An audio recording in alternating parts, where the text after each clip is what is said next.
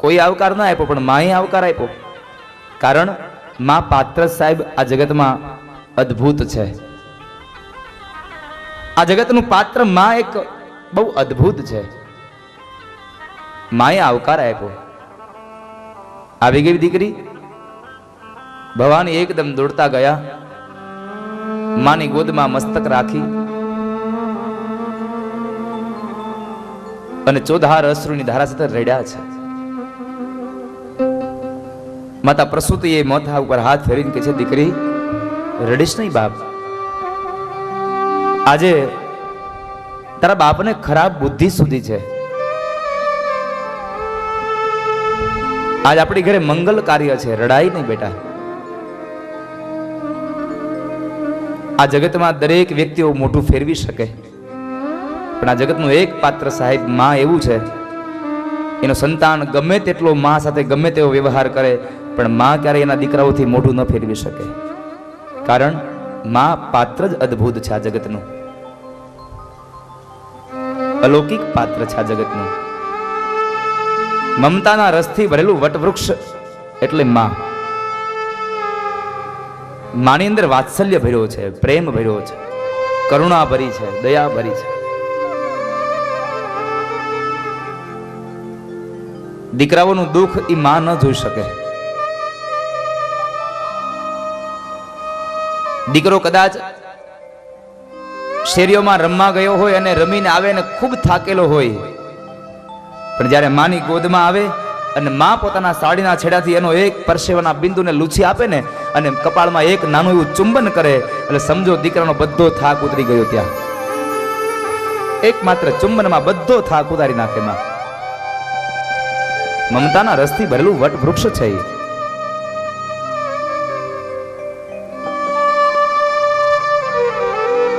માની ગોદમાં જે અનુભૂતિ થાય ને સાહેબ, મહાપુરુષો કહે છે સ્વર્ગમાં પણ આ અનુભૂતિ ન થઈ શકે. માની ગોદમાં અનુભૂતિ થાય છે. માની ગોદમાં જે તમને શીતળતા મળે એ શીતળતા તમને હિમાલયમાં નહીં મળે. કદાચ દીકરો બહાર શેરીમાં રમતો હોય ને કઈક ભૂલ કરે અને કોઈક એને મારવા દોડે ને તો ગમે ત્યાં સંતાશે તો એને ડર લાગશે, પણ જેવો દોડીને આવે અને એની માની ગોદમાં સૂઈ જાય અને માં સાડીનો પાલો ઓઢાડી દે ને એટલે દીકરો અભય બની જાય. કારણ હવે મારી માએ મને સંતાડી દીધો. આ જગતનો કોઈ વ્યક્તિ મારો વાળ વાકો ન કરી શકે. શું કામે? માં મારે ખરી પણ મારવા ન દે કોઈને. આ જગતનું અદ્ભુત પાત્ર છે માં.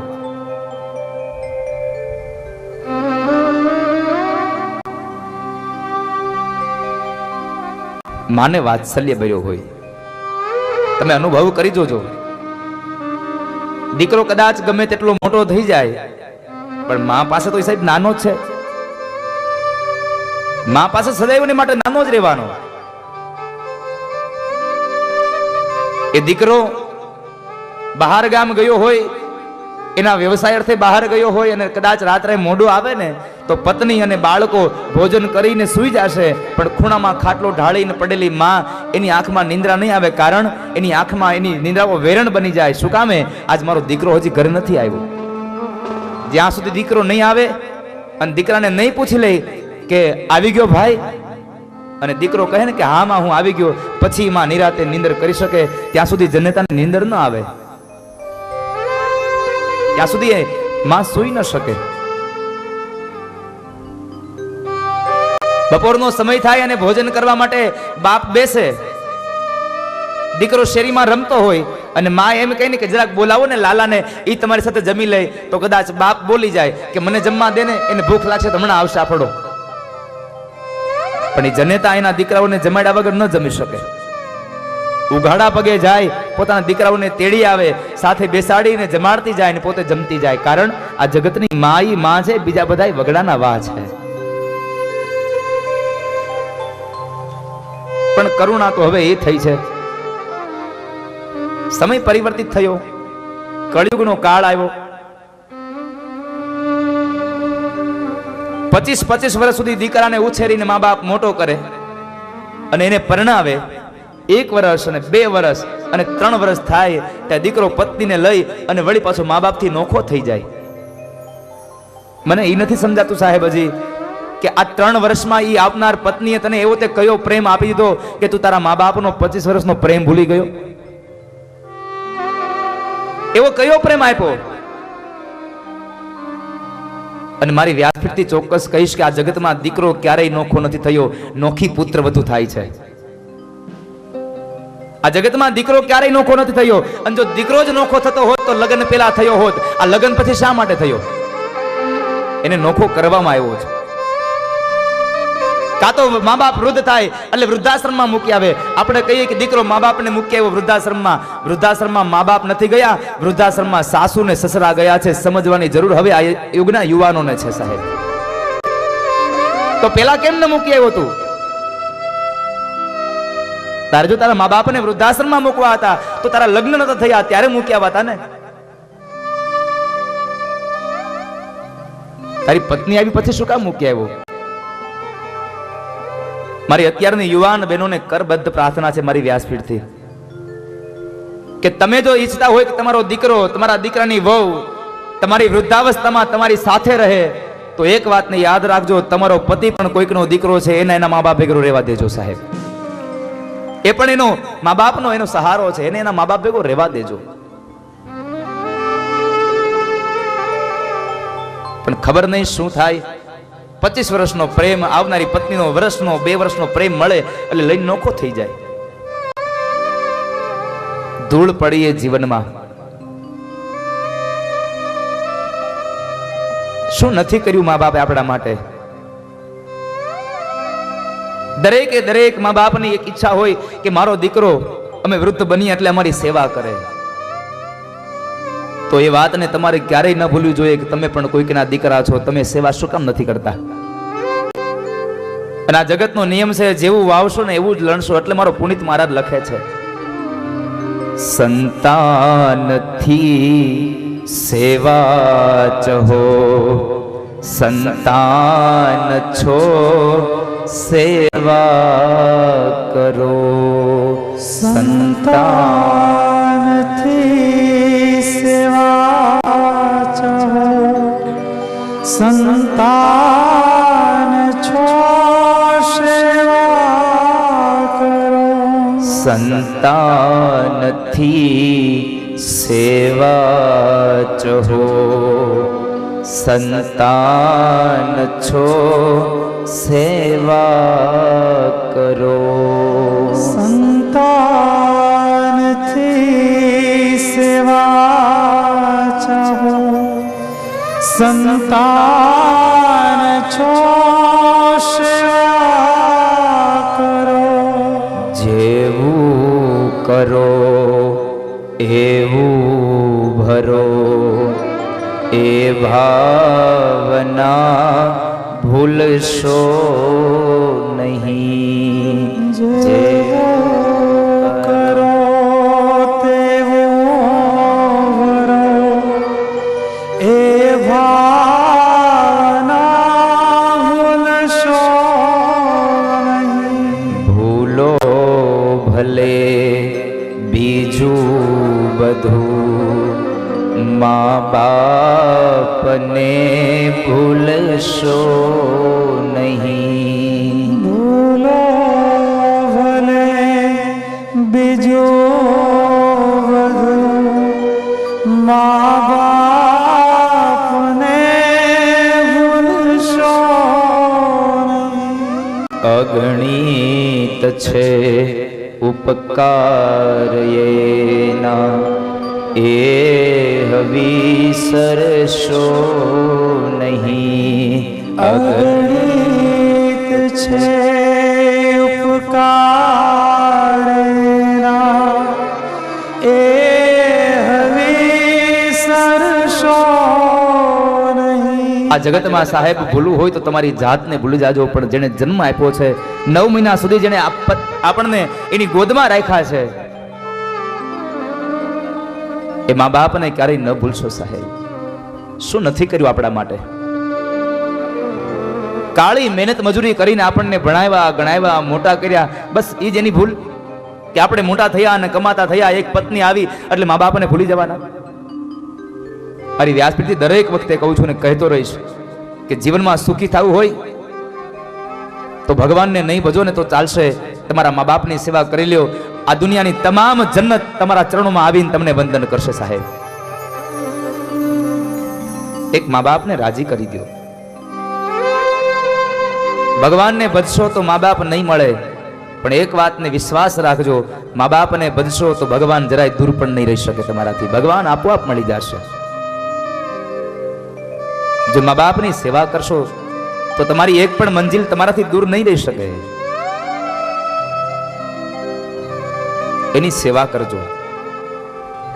બાકી પૈસાના અભિમાનમાં તમે પાગલ બન્યા હો તો યાદ રાખજો કે તમારા પૈસાથી જો તમારા મા બાપ રાજી નહીં થાય ને તો એ પૈસા નથી, બધી ધૂળને ધાણી છે તમારા માટે. એટલે મારો પુનિત મહારાજ કહે છે, લાખો કમાતા હો ભલે પણ મા બાપ જે નાનો ઠર્યા. લાખો કમાતા હો ભલે પણ મા બાપ જે નાના ઠર્યા. લાખો કમાતા હો ભલે પણ મા બાપ જે થીનો ઠર્યા. લાખો કમાતા હો ભલે પણ મા બાપ જેથી નો ઠર્યા. મા બાપ જેથી ના ઠર્યા એ લાખ નહીં પણ રાખ છે. એ માનવું ભૂલશો નહીં, ભૂલો બીજું બધું મા બાપને ભૂલશો નહીં. અગણિત છે ઉપકાર એના એ વિસરશો નહીં.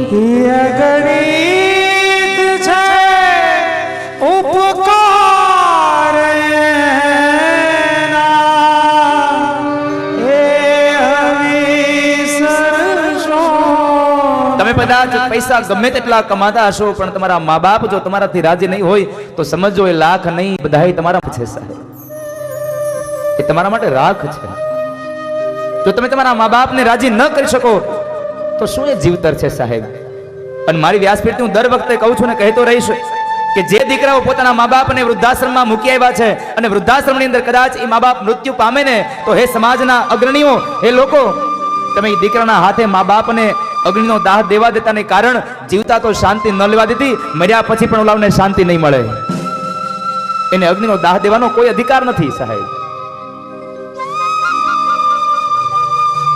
માટે મા બાપને તમારી સાથે રાખજો સાહેબ.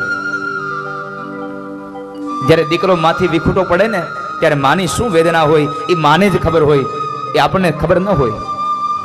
દીકરો કદાચ ભણવા માટે હોસ્ટેલમાં જતો હોય, જ્યારે માંથી અલુપ્ત થતો હોય ત્યારે પણ માં એક ઘરના ખૂણાની અંદર પડી પડી માં રડતી હોય, કારણ એનો દીકરો એને યાદ આવતો હોય. દીકરો વ્યવસાય માટે બહાર જાય તો પણ એ માં રડતી હોય, આજ મારો દીકરો અમારાથી અળગો થાય છે. તો દીકરો વ્યવસાય માટે અળગો થાય, ભણવા માટે અળગો થાય અને માં એટલી દુઃખી થતી હોય તો એક વખત તો વિચાર કરો કે પોતાની પત્નીને લઈને જ્યારે મા બાપથી નોખો રહેવા જાય છે તો મા બાપની શું વ્યથા થતી હશે, એ મા બાપ કેમ જીવતા હશે. એક શહેરમાં એક યુવાન પતિ પત્ની પોતાના 8 થી 10 વર્ષના બાળકને મેળો બતાવવા માટે લઈ જાય. ખૂબ માનવ મેદની ઉભરાણી છે અને એ માનવ મેદીમાં જ્યારે એક હાથ દીકરાનો એની માએ પકડ્યો અને એક હાથ એના બાપે પકડ્યો છે. 8 વર્ષના દીકરાને લઈને જાય છે અને એ સમયે બરાબર દીકરો હાથમાંથી ક્યારે છૂટી ગયો એ પતિ પત્ની બેમાંથી એક પણ ખબર નથી. બેમાંથી એકય નથી ખબર. અને જ્યારે આગળ જાય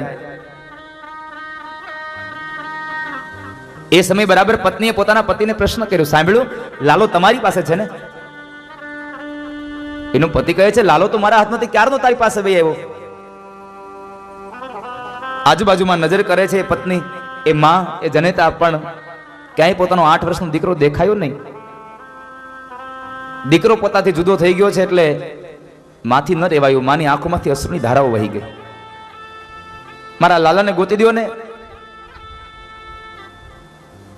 એનો પતિ એને સાથે રાખીને એના દીકરાને શોધે છે. 8 વર્ષનો દીકરો એનાથી અળગો થયો છે અને એ જનતા ચોધાર અશ્રુએ રડે છે. બધા લોકોને પ્રશ્ન કરે છે, ભાઈ અમારા દીકરાને જોયો, અમારા દીકરાને જોયો. અહીંયા માં રડે છે અને માથી વિખૂટ પડેલો દીકરો ન્યા રડે છે. મોઢામાંથી એક જ શબ્દ નીકળે, મારે મારી માં પાસે જવું છે. કોઈ માણસ એને તેડીને કહે છે, ચાલ બેટા તું રડ નહીં, હું તને રમકડું આપું, તને રમકડું લઈ દઉં. અને ત્યારે એ દીકરો એમ કહે છે, મારે રમકડું નહીં, મારે મારી માં જોઈએ છે. દીકરાની આંખમાં પણ અશ્રુઓ છે ને અહીંયા માની આંખમાં પણ અશ્રુઓ છે. 1 કલાક, 2 કલાક, 3 કલાક, આમ કરતા કરતા 5-5 કલાકનો સમય વ્યતીત થયો, દીકરો મળ્યો નથી. કોઈ કહે છે, ભાઈ એક કામ કરો ને, જે જગ્યાએ મેળાનું આયોજન થયું છે ત્યાં આગળ જાઓ અને આયોજકને કહો ને એટલે તમને માઇકમાં એનાઉન્સમેન્ટ કરી આપશે. તમારો દીકરો જ્યાં હશે તેથી ત્યાં કોઈક આપી જશે.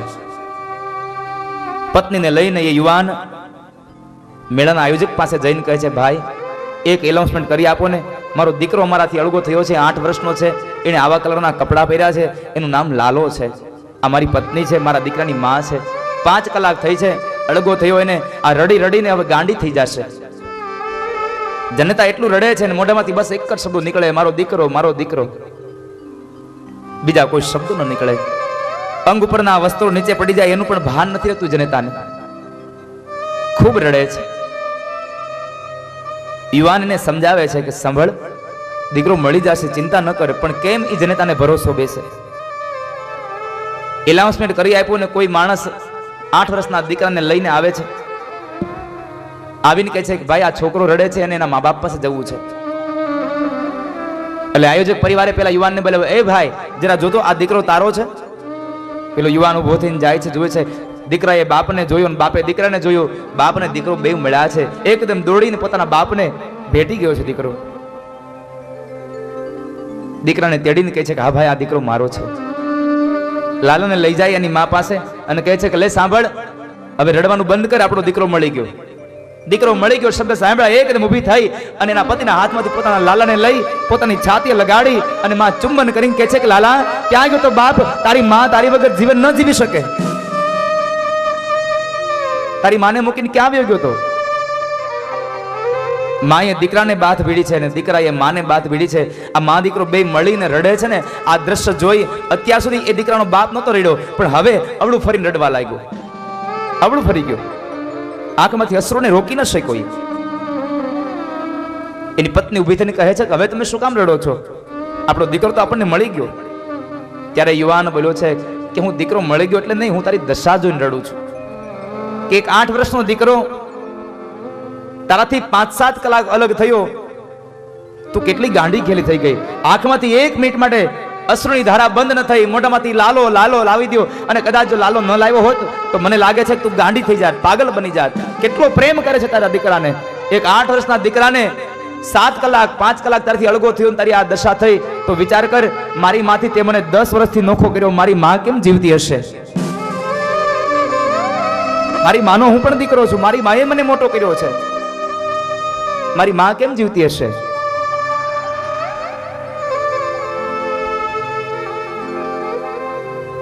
અને આ જગતમાં યાદ રાખજો બાપ, એક વખત જીવનમાંથી માનો પ્રેમ વયો જશે ને પછી આ દુનિયાની કોઈ એવી વ્યક્તિ નથી કે તમને માના પ્રેમની અનુભૂતિ કરાવી શકે.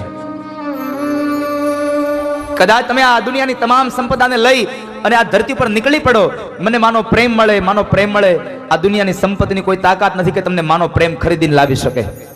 કારણ માનો પ્રેમ તો એની અંદરથી વાત્સલ્ય ભર્યો હાથ એના હૃદયમાંથી નીકળે સાહેબ. પ્રેમ એનો હૃદયમાંથી નીકળે. એટલે મારો કવિ પુનિત મહારાજ અંતિમ પંક્તિમાં લખે છે, ધન ખર્ચતા મળશે બધું પણ માતા પિતા મળશે નહીં. ધન ખર્ચતા મળશે બધું પણ માતા પિતા મળશે નહીં. ધન ખર્ચતા મળશે બધું, પણ માતા પિતા મળશે નહીં. ધન ખર્ચતા મળશે બધું, પણ માતા પિતા મળશે નહીં. માતા પિતા મળશે નહીં. પલ પલ પુનીત ચરણની તમે ચાહના ભૂલશો નહીં. ભૂલો બીજો બધું મા-બાપને ભૂલશો નહીં. અગણિત છે ઉપકાર એના, એ વિસરશો નહીં. હજી પણ આ કથાને સાંભળીને કદાચ કોઈ મા બાપને વૃદ્ધાશ્રમમાં મૂક્યા હોય તો પાછા લઈ આવજો. અને જો ઘરમાં હોય તો મારી કરબદ્ધ પ્રાર્થના છે સાહેબ, ભગવાનને ન બનતા તમારા મા બાપની સેવા કરી લ્યો. આ દુનિયાની તમામ જન્નત તમને મળી જશે એના ગોદમાં. મા બાપની સેવા કરજો.